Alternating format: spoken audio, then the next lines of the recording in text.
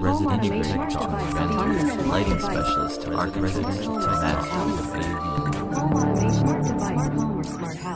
Welcome to Residential Tech Talks. I'm Jeremy Glowacki, Executive Editor of Residential Tech Today. My guest today is Eric Smith, who most people with a history in the custom integration industry will immediately associate with Control4, the company he co-founded along with Will West back in 2003. After some time away from the smart home industry, Eric and Will have returned with their new company called OliverIQ. Their goal is to put smart home automation in reach for everyone through what they've dubbed Smart Home as a Service.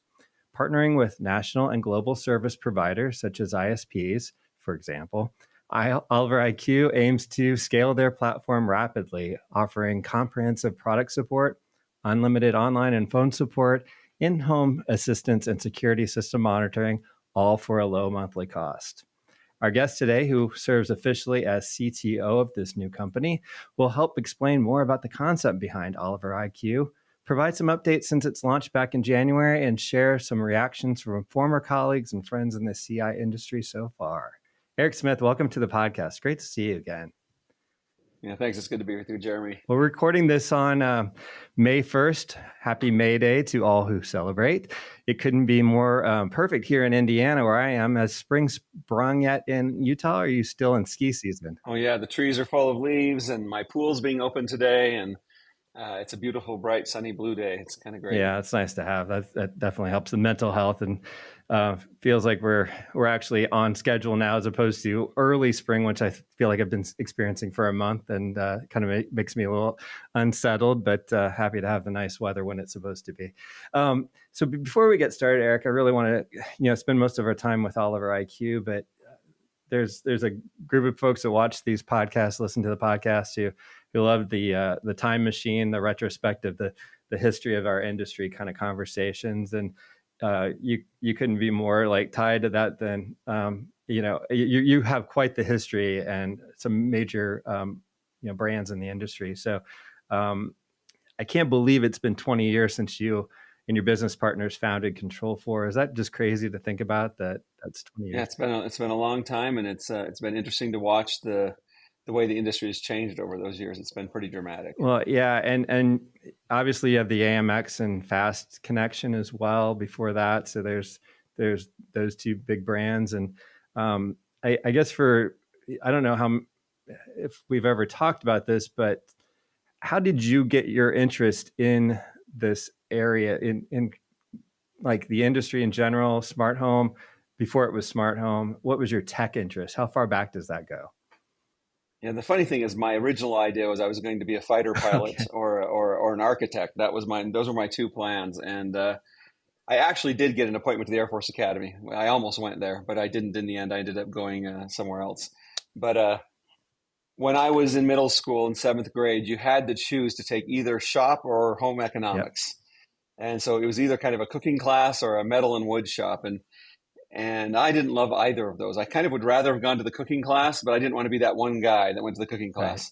Right. Maybe I'm just not as enlightened as I should be. I don't know. But I didn't want to be that guy. And so in my school, they started up a little class called Mind Benders. And it was a very small class of 20 students. And we did like logic puzzles and things like that. And so we could get out of doing that. And I actually kind of enjoyed it. But at one point, the Apple II computer came out and we did a fundraiser. And we bought one for our school. It was one of the first schools, and at least my school district had an Apple II when that first came out. And I just latched onto that thing and loved it. And I learned to program it, and I bought the reference manuals. And I had an uncle who loved that I was getting into that. That was an electrical engineer, and he says, "Would you like a computer for Christmas?" And I said, "Absolutely, I'd love to have a computer for Christmas." And he sent me all the chips, a Motorola 6800 microprocessor, and all the other chips necessary, and a bunch of books for Christmas. He says, "Read these and come spend a month in the summer with me, and I'll show you how to build your own computer." So I did. I built a computer. I managed to get an Apple II also. And in that process, I learned how digital circuitry worked. So at 14, I talked my parents into it, and I actually built a thermistor card for my Apple II and then a relay contact card. So it could sense contact closures and it could make contact closures. And I actually built a system that could actually manage the HVAC in my parents' home, turn on the fan and blower, turn on the cooling or heat, run dampers in the valves, and motion sensors that would trip lights. And I did all that kind of at 14 years old. So I was really And I just thought it was really cool making things in my environment work with a computer. And so I really got into that. I jumped on computers and I learned everything I could. I started my 8th grade year going up to the high school because the teachers there couldn't help me kind of progress. So I started working with a high school teacher that taught some computer stuff. But by the time I was a freshman, he says, "There's nothing else I can do with you. I don't know what to do for you." And fortunately at 16, I discovered girls and didn't touch a computer again for about 3 years. And, but when I got to college, I actually really thought this is a cool idea. And so I started going to these entrepreneurship clubs and talking about smart home and how you could have your house be automated. And I had never seen anyone ever talk about it. I mean, the Jetsons kind of showed that kind of stuff, but I'd never seen it. And at one point, I was in this little entrepreneur club and talking to a guy that was a couple years older than I was. He was a finance major, and he says, "I really like your idea." And my gut feeling was, this is a slick finance guy trying to just steal the idea of an engineer, right? But in the end, it ends up he was a trust fund kid. He had a $40 million trust fund. And so we started a company, and we started a smart home company, built something very similar. This was now in a PC, but we had cards that went in that could control all the things in the home. We actually put it in a couple homes, showed it to home builders, to architects, to HVAC guys, to electricians, said this is the way everything's going to be in the future. I now know all the things I didn't really understand about how channels work and how risky that would be for any builder to do or any HVAC guy to do, some college kid who's got these ideas. And so it kind of went nowhere, and we just put it on ice. But at that point, I thought I literally was the inventor of home automation. I thought I was the first guy to have thought of it. And we put it on ice for a couple of years. I was finishing my degree, and I was working with at another company writing Arabic, Persian, and Hebrew word processors, actually, of all things. What? But at some point, this guy decided to go build a big smart home. He was going to build a home for the Parade of Homes. And he went up to a local high-end audio shop called Audition Audio in Salt Lake City. And he goes in there, and he just wanted a home theater, right? The big 3-gun RGB projector on the ceiling. He wanted to do that in his home, was trying to get a deal. And the owner of that store he ran into the day on Saturday when he went in was Will West. And Will was in that kind of market. Kind of think of your high-end Mark Levinson, Wilson, transparent audio, really high-end esoteric audio. But they were just starting to look at smart home themselves. They were looking at the Elan system, that original Elan system, and there was a system called Ambiance, and there was audio access at the time. And they were looking at things like that. And so as he started talking to him about this, Will said to him, he says, "Well, how would you ever thought about doing like a smart home in your house? Because we've got a couple products we found that we think are interesting, and we'd love to show them to customers." And my partner says, "You know what? I've got a smart home company, but we'd have no idea how to sell it." And so he says, "Well, we ought to get together." And so Will and his partner and my partner and I all got together one day and talked about it and decided to form a company together. But that's how I really got in. That's how I met Will. And in the end, we built a pretty cool company. We sold it, and we've stuck together ever since. So I've been in this space forever. And I have to say, I was disappointed that I found out I didn't invent home automation, but I was pretty thrilled that there was a network of dealers. It was very small. When we met was probably 6 months after the very first CEDIA meeting ever happened with Tom Doherty and the guys. So I didn't make it to the first one, but ever since then I've been around. And I was just thrilled that there was these guys like Mitch Klein and Eric Bodley and all these guys out there and that were out doing these things. And there actually was some place we could try to sell this stuff. And there was some understanding of what it could be. I was shocked that AV would be the driver, to be honest. I thought smart home things would be more the driver. But I learned a lot, and we adapted, and we built a company around that. Well, there's so much we could talk about, and this could be hours, I'm sure, because you've got so much information there from your experience. And that's such a great anecdote. I had no idea that it started as early as it did for you. But can you just fast forward then to the Control 4 years and what you sort of saw after having been with AMX and the fast adaptation of AMX and what you were looking to accomplish there, and then fast forward even further down the road and where it is today. I mean, it's just amazing. Exactly. So we built Fast, which was the first smart home product that you could drag and drop and program. You didn't have to write a language, and it was pretty successful. AMX bought it from us. Moved forward, kind of the AMX NetLink system really is based on what was called FastLink back in the day. By the way, Fast is PHASD, Practical Home Automation Systems, for anyone who doesn't know. But we had non-competes when we sold the company. We went and did something else. We actually did internet and hotels, a company called IBON. and built that up into a pretty big company, but not in this space at all. And we just kept looking back at the space, thinking we'd kind of shown a roadmap how to make a broader market for the custom install industry possible. And at that point, basically, you still had just AMX and Crestron at the very high end. You still had a lawn out there, but it was kind of trying to find its place, I would argue. And I don't know who had acquired it by that time. And then you had things like the Pronto remote and the Harmony remotes and things like that. But there wasn't something that was doing really whole home integration that was cost effective and simple. And so we thought, let's go build a product that will really make it possible. So our idea at the time, and I'm going to name some brands, but if we built a very small, inexpensive box, and we called it the home theater controller. HDTV had just come out. It wasn't HDMI yet, but it was component video, RGB, and stuff like that. You could do component video out, but you could do a nice 720p or a 1080i screen.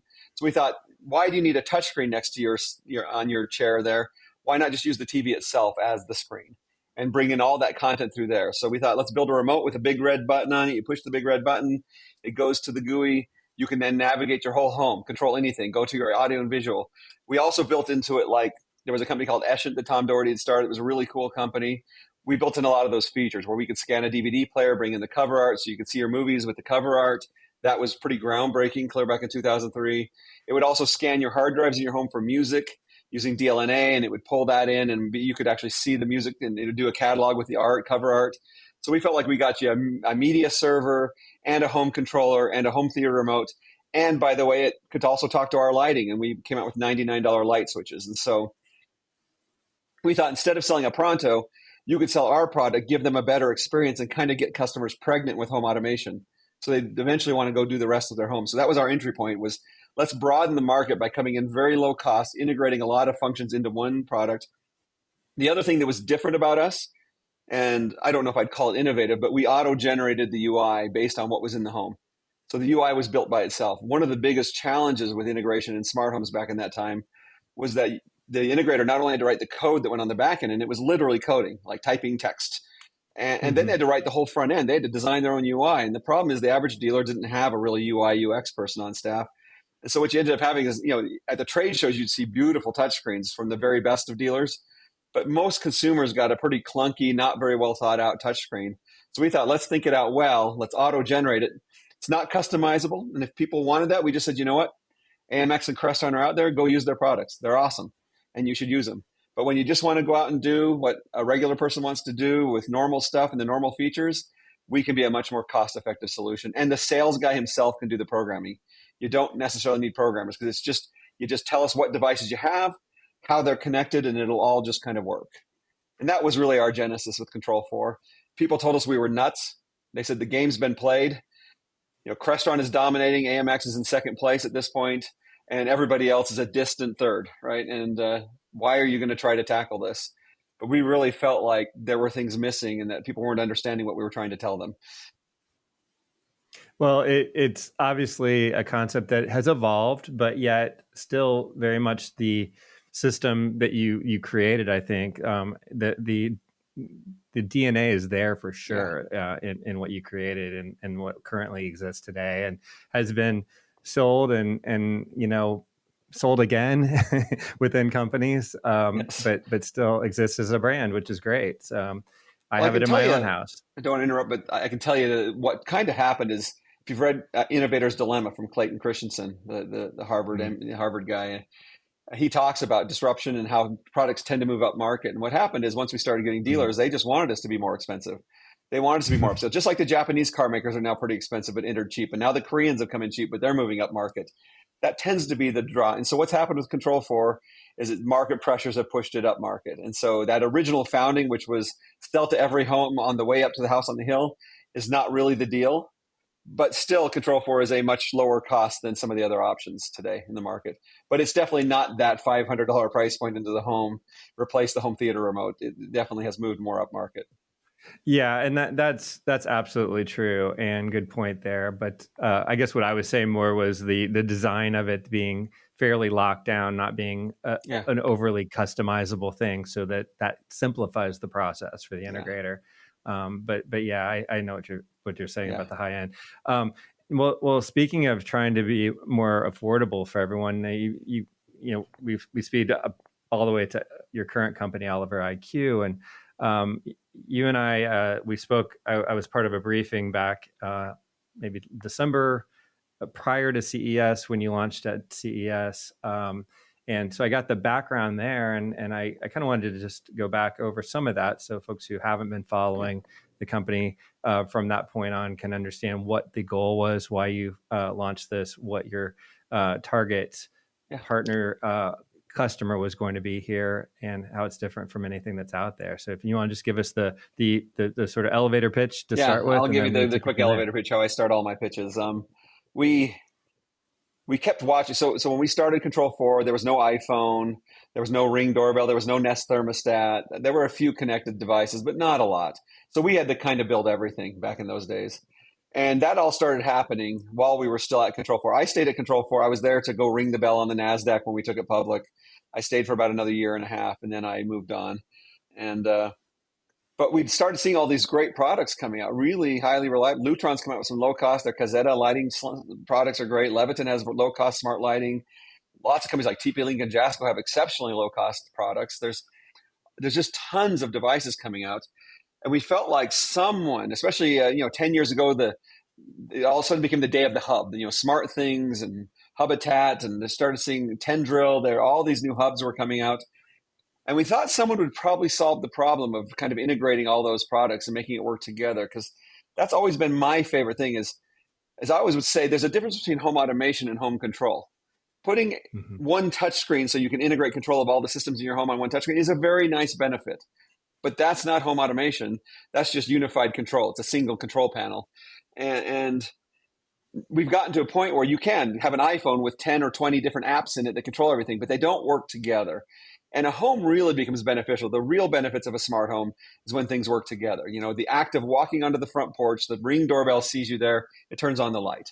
When you push a good night button, it locks the doors, arms the security system, shuts off the lights, shuts off the AV, closes the blinds, tells you if the garage door is left open, things like that. Having your wake up be the thermostat going to the morning set point 30 minutes before whenever your alarm clock is going to go off, so it warms up even if you're catching an early flight. Having the blinds open for your wake up and a Sonos playlist come on. That's what a smart home is. It's when the things work together. Having your house look occupied when you're not there. Having your house do the right things if you have smoke detectors going off. That's what a smart home is when the systems work together. And in the high end, we've been delivering that. In the CI channel, we've been delivering that for 35 years. It's been going on for a long time. Consumers have had this available. And the truth is most homes north of $5 million do it. They do a system like this. And so we're all out there doing that for them. But the broad market still doesn't have it. And even if you watch an Alexa ad, it looks like it does everything Crestron does. But it doesn't really. And if anyone who's actually gotten in and tried to install 20 skills for all their different systems and try to program routines to make things happen, it falls apart very quickly. And I think that's the fundamental flaw. If you want a smart home today where everything's really integrated, there are three choices. And there's only three choices. One is the custom install channel, which is awesome and delivers a great system, but it tends to be out of the price range of most people. The second is what I'd call Smart Security Plus. These are like your alarm.com systems and Vivint and some of these things like Comcast is offering, where at least you get a managed service. They'll take care of you. They'll make sure everything works. They'll come out if something breaks, but it's usually pretty limited in the number of devices. It's still not doing a lot of the automation. It's just doing the control. But you've got something there and someone will take care of you. And the other choice is do it yourself. And so we just assume if you really want to integrate everything in your home, you either need to go with the high-end CI or it's DIY. And that just seems flawed to me. And that, as we looked at it, we think that seems like the wrong assumption. We all have HVAC, plumbing, and electrical systems in our homes. All of us do. Almost none of us maintain those things ourselves. Right. Most of us don't even change the filters. But if we have a leak under the sink, we call someone, right? Why do we assume managing all these fairly complex technical devices, electronic devices, is going to be done by the consumer on their own? And that's what we thought was the flaw. We thought you need to be able to call a guy to service your smart home, just like you can call someone to service your plumbing. We need to figure that out. And so we said, what's the barriers to that? And we decided the biggest barrier was a platform that enabled that easily. So that a platform that would integrate those things together. And I would argue that SmartThings does a pretty good job of integrating things together. Alexa does a pretty good job. Google and Apple HomeKit do a pretty good job. And if you're a hobbyist, you can kind of make things work together. But what they're missing is the whole platform that enables a service provider to actually manage that for you and make it a managed service offering. We felt like that was the issue. And so we went to build it has three parts: a best in class app. So an app that brings everything together, that can configure the system where a consumer can do any DIY stuff they want to do, but also then the piece of software that sits in the home that can detect any new devices. So we do have to have some piece of software somewhere in the home. Sometimes that's sitting on a hub. Sometimes that's sitting in a router. We're working on a deal where it might be in a thermostat. There's lots of deals. It might be in a security panel, but our software needs to be there. So if you go buy a new LG TV or a Sonos speaker or some new Leviton lights, which is we just detect them on the network and tell the consumer, hey, you've got these new devices. Do you want to make them part of your system? And then the bigger element is the back end. We've got a back end service portal that manages ticketing and scheduling, and it integrates with CRM systems like HubSpot and Service Titan. And you can kind of basically build a service around it. And so our original thought was, let's go after home builders, manufacturers, and like ISPs.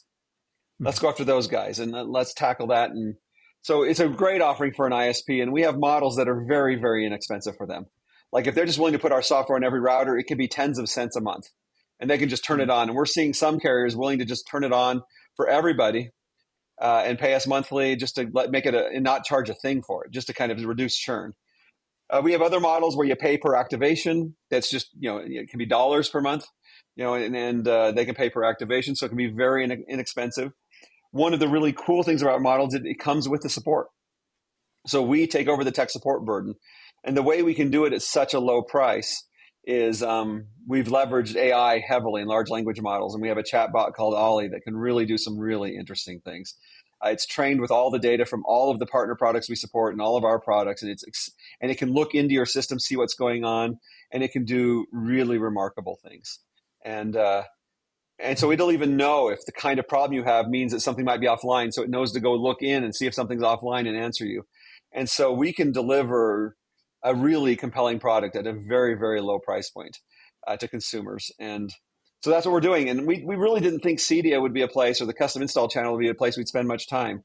Because, the typical guy that does 25 homes a year or 10 homes a year, that's just not who we are. It's not what we're about. But what we're starting to find is we didn't realize how many out there might still do Crestron or Control4 or Savant and do 10 giant houses a year, but also go out and tackle a couple thousand with a builder, putting in some other systems. We didn't realize there were that many out there. And so we actually are engaging with quite a few of them. But fundamentally, the answer is if you're not going to do a few hundred systems a year, it's not worth signing up with us. We're not the right product. Okay.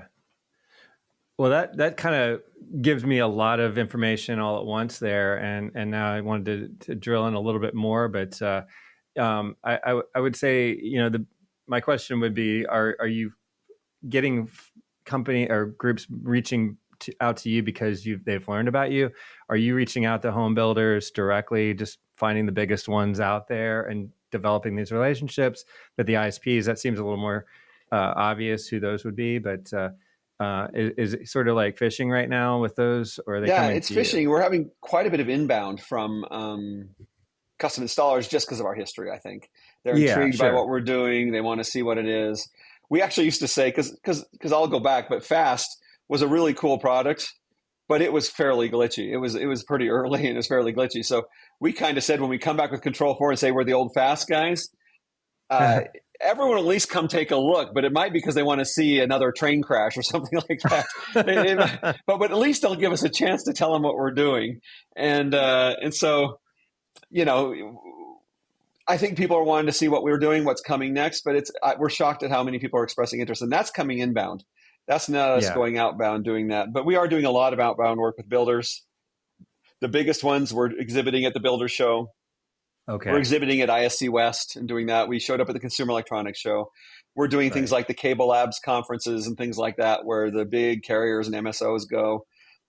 And we're definitely doing a lot of fishing and having quite a bit of success with it. We're getting lots and lots of interest. When you work with a builder, that seems like there's always been lip service to smart home with production builder types, or higher end production builders. But then when it comes down to it, they don't necessarily really understand how all that stuff works, and it's good to have a partner. You're still having that to have that technical person on the ground, that Absolutely. integrator type role, right? For these installations. Absolutely. And so, many of the builders have that guy. Okay. And many are looking. All right. So that exists out there. And so they could be the same as the CI channel person that just has the builder relationship, but they're looking for more of a volume type of, play with their integration. Yeah, absolutely. Okay. All right. So then, and the ISPs, for an example, and I know we're not talking about anyone specifically yet. No deals are official. We're in development here, but what's the relationship like working with a company like that? It seems like a much bigger company, a lot more bureaucracy. And do they really know what they want from a home automation standpoint? Are you explaining it to them at a point where they're like, yeah, this is exactly, we understand what this means? Or some of them really understand what they kind of are looking for, and they kind of get it. And I would say some are very misguided in what they think is of value to a consumer. I think some really have some strange ideas of what really adds value versus what doesn't. Our platform's flexible enough to deliver that, but we often do some coaching and coaxing around to say, hey, maybe that's not maybe not the top feature for the average consumer. But others kind of are looking to us to kind of help them figure it out. But we found some that have really good plans. Like they've even said, here's what we want to deliver to SMBs. Here's what we want to deliver to homeowners. Here's what we want to deliver to multifamily units. And they've kind of thought it through, and they kind of know the offerings they want to do. And they're looking for, rather than point products, a specific platform that can help them bring those services together under a single platform.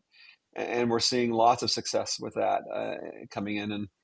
But the biggest challenge with those giant companies is, there's not that many of them. And so you get to play with them, and they're giant, and they can drag you around for a couple of years, and they can eat you alive in proof of concepts and stuff like that, and having you jump through hoops. And so it always takes a management process. I'm really grateful for, in between Fast and Control 4, we did this company, Ibon. We pretty much, when we started that company, knew if we didn't sign up Starwood, Marriott, or Hilton, we were dead. There were 3 big customers in the U.S., and we had to get one of them. If we had to just one and twosie pick off individual franchisees, we'd never get there. And so we kind of know how to do that, but it is a long sales process and working through things and getting through all their vetting. I mean, one of them, we've gone through most of it. We've done technical vetting. They've scanned our networks. They've even done HR vetting to make sure we don't have discriminatory practices in our hiring. And so, they get deep in your shorts. Those big guys do. Okay, interesting terminology. I like that. So what are some of those features that you think are the most important in your estimation, and what you kind of guide those partners into that maybe aren't the, misguided directions? Yeah, most of them care about security just because they see that as some low-hanging fruit. There's a revenue stream there that consumers kind of are familiar with the idea of paying for that. And if they can go disrupt the local security guy and get that revenue, maybe even do it at a lower price point to get them, it's a nice new revenue stream they can grab. That one's really easy. They see a lot of opportunity in aging in place, where they can do some things there. But they also do see just, T-Mobile has a program right now. If you open their app on Tuesday, there's always a gift for you in that app. I don't know if you've seen this, but and it's different. You have like 3 or 4 choices, but every week you can get a free pizza. Or at least this was a promotion that was going for a quarter. But if you just open their app on that day, there was a coupon for a free pizza from some nationwide pizza company. They want you to open their app often. And so for much lower cost than a pizza a month, we can deliver them the ability to offer smart home, which would cause them to open their app more. So if your smart home is doing your alarm clock, like I explained earlier, the Sonos playlist coming on and the blinds opening and the temperature changing. If you're in their app every day when you're doing it, I mean, we are working with lots of people. I'm not trying to name people, but if T-Mobile decided to work with us and decided to put our stuff in their app, they'd be opening that app a lot more often to arm their security system, to view their cameras. And that they're really trying to create that engagement because it reduces churn. And the customer acquisition is a really big issue for them, and trying to keep that up to date. So we're finding that there's lots of compelling issues, just anything that gets the consumer to go. Early on, I used to speak at conferences like in the early 90s. Everyone was looking for what was the killer app for smart home. And you were there with us all those days back in the day. But everyone was looking for that, just like the spreadsheet was for the PC. What's the one killer app that would make people buy a smart home system? And I think what we found out is there wasn't one. Or the closest thing there was to one is maybe entertainment systems in the home. But there really wasn't one. For each user, it's a little bit different. And trying to teach them that for different people, it'll be a different thing. Some people just want that power of being able to push one button and have every light turn off. For my wife, the all off button, and when she pulls into the garage, having all the lights light up so she can walk into a house that's not dark and she's not frightened of what might be going on in the house. Those are her favorite features, but they might not be someone else's. Yeah, I can remember sitting at meetings with you or Will, and when talking about Control 4 and those middle years of your time there, and I think Will was the one who told me the story of getting the kids out of bed in the morning and having the lights come on a certain day, and I'm living that now. I have automated shades finally after many years of wishing I had them, and finally they're retrofittable battery operated shades, and they're great, and they don't get my kids out of bed at all because they still sleep through the bright sunlight, but they do open in the morning. I have one that does wake up, one that just, it doesn't matter what happens. Yeah, no, but those are the kind of automation things that I love, the smart home features that I love. So again, back to the OliverIQ, what it works with. So the recognition of a new device that's can go into the system, into the home. So say you've got this home that has the OliverIQ in the background. The homeowner, maybe homeowner doesn't really even know what it does yet, but they go out and purchase and then bring it home. Yeah. How's that work? So like you mentioned Sonos, for instance, and a lot of people do know what Sonos is on the average, scale of consumers. Most people know what Ring doorbells are and Nest thermostats, and there's a lot of popular products. And bottom line is, typically what will happen is that the carriers that we're talking to will say, hey, by the way, I don't know if you know this, but your system is now a smart home system too. Open this app, go to this spot in the app, and it'll see if you have any devices it can control. And most people will have one or two of those things that we can talk to, and they'll pop up on the list and say, and one of the really cool things our system does is we call it the idea engine, but based on what's installed in your home, it will automatically recommend automations based on that. So if you have the right mix of devices, it'll recommend a vacation mode that makes your house look occupied when you're not home. If you have a light switch, a smart light bulb or a smart light switch on the front porch, it's going to recommend a sunrise sunset timer. If you have smart lights in closets or storage rooms or garages, it's going to recommend timers on those lights. So it's going to just start prompting them, because it'll just see what they have, and it'll take them through whatever process it is for that device to bring it online. I'll give you a couple examples. For like a Philips Hue, we can detect that it's there, but it does require you to touch the button. That's how they kind of do their security. So not just anyone can connect and do things. So when we want to authenticate it with it, all I do is touch it. It says push the button on the Hue, click here when you're done, you touch it, boom, it pops up with all your Philips Hue devices in our app. And now you can control them, and they can be part of your wake up, and they can be part of your vacation mode, and they can be part of all those automations. Your Sonos speaker, that one does OAuth. So we say that, which takes you to a Sonos page within our app, hosted in our app. And you do your login on Sonos. Sonos gives us an OAuth token, and now we can control your Sonos from here on out. And now you can still use your Sonos app all day long, but if you're good, when you push your good night button, it shuts that audio off. Your alarm clock can now be your Sonos playing. Maybe your welcome home scene can be a playlist coming on. Same thing with your TV. Same thing with your Ring doorbell. If you've got a Ring doorbell and a smart light switch on the front porch, it'll ask, do you want the motion sensor on the Ring to turn on the light anytime someone walks up the front porch? So they might be more hesitant to steal your packages. It's that kind of thing. And even if a new device comes in, we will pop up and say, hey, we noticed you have a new device. Would you like to add it to the system? And it just walks them through that process. But if at any point they don't know what they're doing or don't understand, there's also a way for them to start asking questions. And they can literally talk in our app to our chat bot about anything they're having issues with, and it can answer. Right now, we're pretty confident it answers more than 80% of questions, but the beauty is any question we can't answer, we train it on how to answer that question, and we never have to answer it again. Okay. So then if it does stump it, there's a live person at some point. Exactly. It takes you to a human. Yeah. And so you can always dump out to a human and get your answer. Well, so kind of to wrap up, what stage are we in with OliverIQ? You and I talked prior to the recording about a little bit about where you are. Just want to make sure I knew how much to ask you and not to expect answers on. So no names yet on partner clients. We're not announcing names. We've signed about 9 contracts already. Some of them are very big. Some of them are kind of smaller. Nobody's smaller than the multiple hundreds per year, though. It's all Okay. hundreds to thousands to millions. It's all fairly large customers. We have one community we've signed where the whole community will have our stuff in. It's part of the HOA. There's some really Mm, cool things that we can do because of that. We've got builders, security vendors, even security monitoring companies. We have quite a few different customers. We started about 4 years ago on this. It was just me and some engineers doing the R&D phase, building the product.